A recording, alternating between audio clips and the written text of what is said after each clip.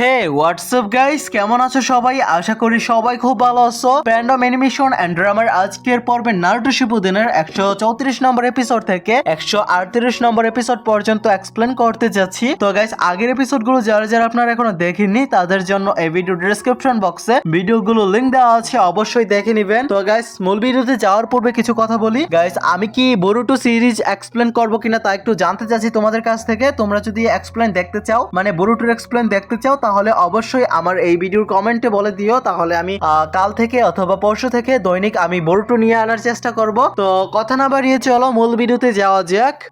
এরপরের সিনে পেইন বলে জিরিয়া দ্য লিজেন্ড শিনোবি আর নেই। পেইন বলে যে যদি জিরিয়া আমাদের সম্পর্কে জানতে পারতো তাহলে সে আমাদের মেরে ফেলতো। পেইন বলে যে তুমি বাইরে আসতে পারো। সেখানে জেৎসু আসে। জেৎসু বলে যে তোমাকে অনেক বেশি সময় লেগেছে। পেইন বলে যে আমাদের অপোনেন্ট জিরিয়া সেন্সে ছিলেন, তিনি খুবই শক্তিশালী ছিলেন। তারপর নারুটোকে দেখানো হয় সে সাসকের গন্ধের পিছু নিচ্ছিল।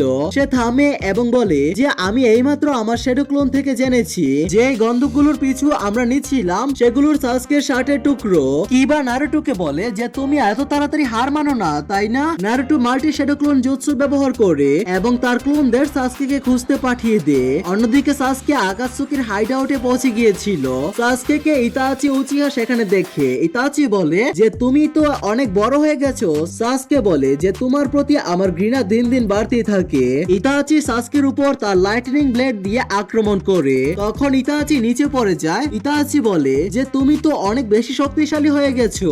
সাসকে ইতাচির শরীর কাকের মধ্যে পরিবর্তন হতে শুরু করে। ইতাচি বলে যে আমাকে উচিয়া টেমপ্লেটে মিলো একা। তারপর সাসকের টিম সেখানে আসে। সাসকে বলে আমি তোমাকে বলেছিলাম না যে আমি এখানে একাই আসব। তারপর তারা সেখান থেকে চলে যায়। সাসকের টিমকে নারুটোর শ্যাডো ক্লোন গুলো দেখে ফেলে। তারপর সাসকে নারুটো এর শ্যাডো ক্লোন গুলোকে মেরে ফেলে। অন্যদিকে নারুটো বলে যে আমি জেনে গেছি সাসকে কোথায় আছে। সে ওইদিকে সাসকের টিমের সাথে কিসামের দেখা হয়। কিসামে বলে যে এখান থেকে শুধু সাসকে এগিয়ে যাবে, এটা ইতাচির অর্ডার। সাসকে সেখান থেকে এগিয়ে চলে যায়। সুইগেৎসু কিসামেকে বলে যে আপনি কি আমাকে ভুলে গেছেন? চলুন আমরা দুজনে ফাইট করি। অন্যদিকে টিম কাকাশি সাসকের পিছু নিচ্ছিল। তখন তাদের সাথে টবির দেখা হয়। টবি হাই বলে এবং বলে একের বিরুদ্ধে 8 জন, আজ তো আমার ভাগ্যই খারাপ। কাকাশিরা বলেন যে তুমি তো আকাতসুকির লিস্টে ছিলে না। টবি বলে যে আমি আকাতসুকির নতুন মেম্বার। টবির পেছন থেকে নারুটোর শ্যাডো ক্লোন রাশন গান দিয়ে আক্রমণ করে। তখন সেটা টবির আরপার চলে যায়। অন্যদিকে সুইগেৎসু এবং কিসামে ফাইট করতে শুরু করে। নারুটো আবার টবির উপর আক্রমণ করতে যাচ্ছিল। তখন টবি তাকে লাথি মেরে নিচে ফেলে দেয়। অন্যদিকে সুইগেৎসু বলে যে আমি তো আমার চাকরা ব্যবহার করিনি, তবুও আমার এত চাকরা তাড়াতাড়ি কিভাবে শেষ হয়ে যাচ্ছে। কিসামে বলে যে আমার সামেহাদা যে কোন চাকরা শোষণ করতে পারে। অন্যদিকে ইয়ামাটু বলে যে ফরমেশন বি। তখন সবাই ইয়েস স্যার বলে। টবি বলে যে এমন কথা, তাহলে টবি এক্সারসাইজ করতে শুরু করে। টবির উপর কিবা আক্রমণ করে। তখন টবি তা ডজ করে নেয়। তারপর সাকুরো আক্রমণ করে। তখন টবি আবার ডজ করে নেয়। টবির উপর নারুটো উপর থেকে রাশন গান দিয়ে আক্রমণ করে। তখন টবি আবার বেঁচে যায়। টবি জমির ভেতর থেকে বেরিয়ে আসে এবং কাঠ দিয়ে সবাইকে মারে। এটা দেখে কাকাশি বলেন যে এটা কি ধরনের জুৎসু? নারুটো বলে যে আমাদের সাসকে কেউ খুঁজতে হবে, তাই আমরা এভাবে সময় নষ্ট করতে পারি না। তারপর কাকাশি বলে যে ঠিক আছে, তাহলে আমরা ব্যাটল ফরমেশনে ব্যবহার করব। অন্যদিকে সাসকে ইতাচির কাছে যাচ্ছে। আমাদের জিরের হাইড আউট দেখানো হয় যার ভিতরে ইতাচি বসেছিল। তারপর আমাদের একটা পাস্ট দেখানো হয় যেখানে ইতাচি শুরিকেন জুৎসু প্র্যাকটিস করছিল। এসব কিড সাসকে দেখছিল। ইতাচি শুরিকেন দিয়ে সব টার্গেট হিট করে দিয়েছিল, সেটাও বিনা দেখে। এটা দেখে কিড সাসকে বলে যে ওয়াও ইতাচি, তুমি বিনা দেখে সব টার্গেট হিট করে দিয়েছো। কিড সাসকে বলে যে দেখো এখন আমি কি করি। ইতাচি বলে যে না সাসকে, আমাকে কাল মিশনে যেতে হবে, তাই আমরা অন্য কোনো দিন প্র্যাকটিস করব। কিন্তু সাসকে তবুও প্র্যাকটিস করতে চেয়েছিল। কিছুক্ষণ পর ইতাচি সাসকে তার কাঁধে নিয়ে তুলে যাচ্ছিল। সাসকে বলে যে কাল থেকে আমি একাডেমি জয়েন করব, আর একদিন আমি তোমার থেকেও বেশি শক্তিশালী হয়ে যাব। ইতাচির সাথে একজন আমুকা মেম্বার বলে যে তুমি ঠিক করে নিয়েছো তো যে তুমি কি করবে, না হলে আমরা কিছু করব। এটা শুনে ইতাচি বলে যে আমাকে একটু সময় দাও। ইতাচি ইতাচি তার বাবার সাথে কথা বলছিল। ফুকাগো জিয়া বলে যে কাল তোমাকে মিটিং এ যেভাবেই হোক আসতে হবে। ইতাচি বলে যে কাল আমাকে মিশনে যেতে হবে। পরের দিন ইতাচির সাথে দেখা করতে তিনজন উচিহা আসে। তাদের মধ্যে এক উচিহা বলে যে কাল মিটিং এ দুজন উচিহা ছিল, তাদের মধ্যে একজন তুমি ছিলে, তাহলে তুমি কেন আসনি? ইতাচি বলে যে কাল আমি মিশনে গিয়েছিলাম। সেই উচিহারা বলে যে শিশু উচিহা সুইসাইড করেছে আর সে তোমার কাছের বন্ধু ছিল। ইতাচি বলে যে খুব খারাপ হয়েছে, সে আমার ভালো বন্ধু ছিল। উচিহারা বলে যে তুমি কি শিশু জিয়াকে মেরেছো? তারপর ইতাচি সেই তিন উচিহাকে মেরে ফেলে। তখনই সেখানে ফুকাগো জিয়া আসেন এবং ইতাচিকে বলেন যে তুমি এটা কি করছো? ইতাচি বলে যে এই বেকার সি ক্ল্যানের কিছুই হবে না। যদি আমরা সবসময় রুলস এন্ড রেগুলেশন ফলো করতে থাকি তাহলে এগিয়ে কিভাবে যাব?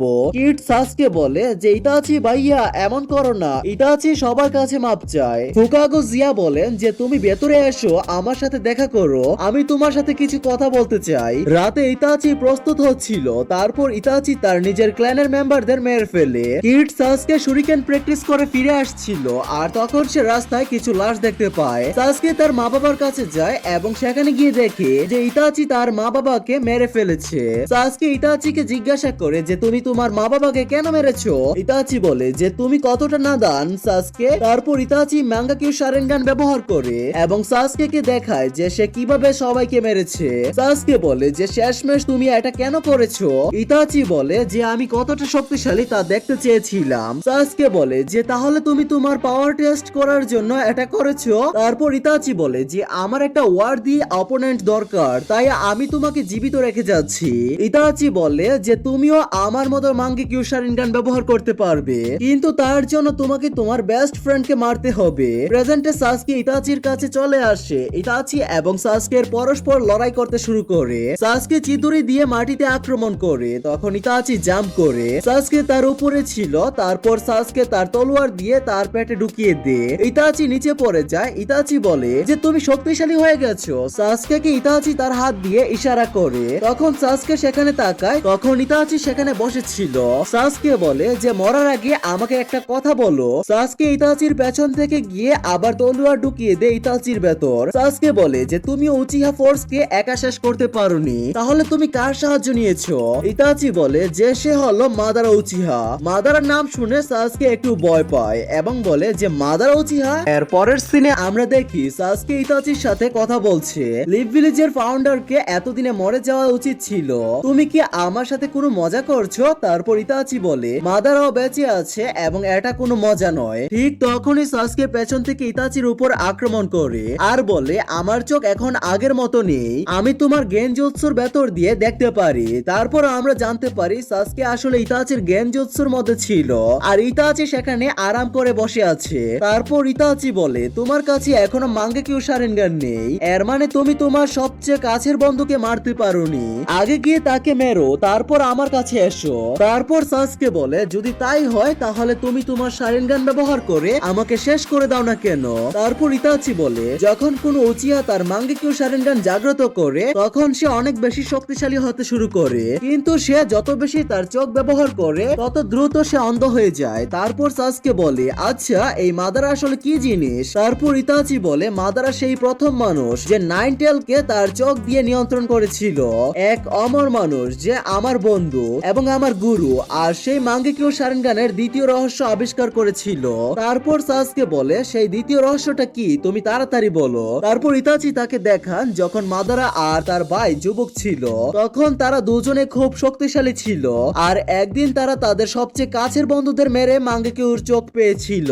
আর পরে মাদারা উচিহা ক্ল্যানের প্রধান হয়ে যায় আর অন্য ক্ল্যানের উপর আক্রমণ করে। তার শক্তিশালী চোখের সামনে কেউই টিকতে পারতো না, কিন্তু তার চোখের অতিরিক্ত ব্যবহারের কারণে সে তার চোখের আলো হারিয়ে ফেলে আর পুরোপুরি অন্ধ হয়ে যায়। তারপর মাদারা অনেক চেষ্টা করে তার চোখ ফিরিয়ে পাওয়ার, কিন্তু কিছুই করতে পারেনি। তার শুধু মাঙ্গাকিউ শারেনগান দরকার ছিল আর তারপর সে এমন কিছু করে যা কেউ ভাবেনি। সে তার নিজের ভাইয়ের চোখই চুরি করে নিয়ে, যার ফলে মাদারা পায় নতুন শারেনগান, ইটারনাল মাঙ্গাকিউ শারেনগান, এক অফুরন্ত শারেনগান, যার পর মাদারা আরো অনেক বেশি শক্তিশালী হয়ে ওঠে আর সে পুরো পৃথিবী জয় করতে বেরিয়ে পড়ে। অনেক যুদ্ধের পর তার মোকাবেলা হয় এক শক্তিশালী ক্ল্যানের সাথে, যে ক্ল্যানের নাম ছিল সেনজু ক্ল্যান। আর সেই ক্ল্যানের নেতা হাশিরামার সাথে মাদারা হাত মেলায় আর লিভ ভিলেজের স্থান স্থাপনা করে, যার পর লিভ ভিলেজের নেতা হওয়ার জন্য তাদের দুজনের মধ্যে যুদ্ধ হয়। আর লুকে বলে সেই যুদ্ধে হাশিরামা মাদারাকে মেরে ফেলে আর লিভ ভিলেজের প্রথম হুকাগে হয়, কিন্তু এটা সত্য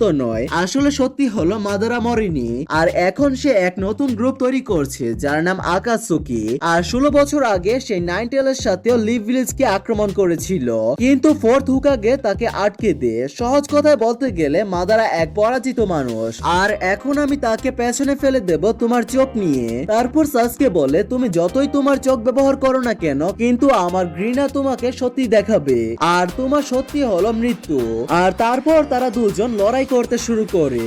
এরপরের সিনে আমরা দেখি ইতাচি সাসকে হারিয়ে দেয় আর তার চোখ দুটো বের করে নে এবং বলে আমি তোমাকে বলেছিলাম সাসকে তুমি আমার চোখের সামনে জিততে পারবে না। ঠিক তখনই জেৎসু এসে পড়ে তাদের দুজনের লড়াই দেখতে, এবং তারপর ইতাচি তার অন্য চোখটাও বের করতে যাচ্ছিল, কিন্তু ঠিক তখনই সাসকের কার্স মার্ক অ্যাক্টিভেট হয়ে যায় এবং ইতাচিকে দূরে ঠেলে দেয়, যার ফলে ইতাচি সাসকের চোখটাকে একটা বক্সে রেখে দেয় এবং তারপর ইতাচি নিজের শ্যাডো ক্লোন দিয়ে সাসকে পেছন থেকে ধরে ফেলে এবং তার অন্য চোখটাও বের করতে যাচ্ছিল, কিন্তু ঠিক তখনই সাসকের কার্স মার্ক পুরোপুরি পাওয়ারে চলে আসে এবং সাসকে ইতাচির ক্লোনকে মেরে ফেলে। তারপর স্ক্রিন পুরোটা কালো আর সাদা হয়ে যায় এবং সাসকে ইতাচির গেনজুৎসু থেকে বেরিয়ে আসে। তারপর সাসকে দাঁড়িয়ে ওঠে এবং হোয়াইট জেৎসু এটা দেখে বলে এটা কিভাবে সম্ভব, ও তো সুকুয়োমির বসে ছিল। তারপর ব্ল্যাক জেৎসু বলে সে ইতাচির সুকুয়োমিকে মেরে ফেলেছে।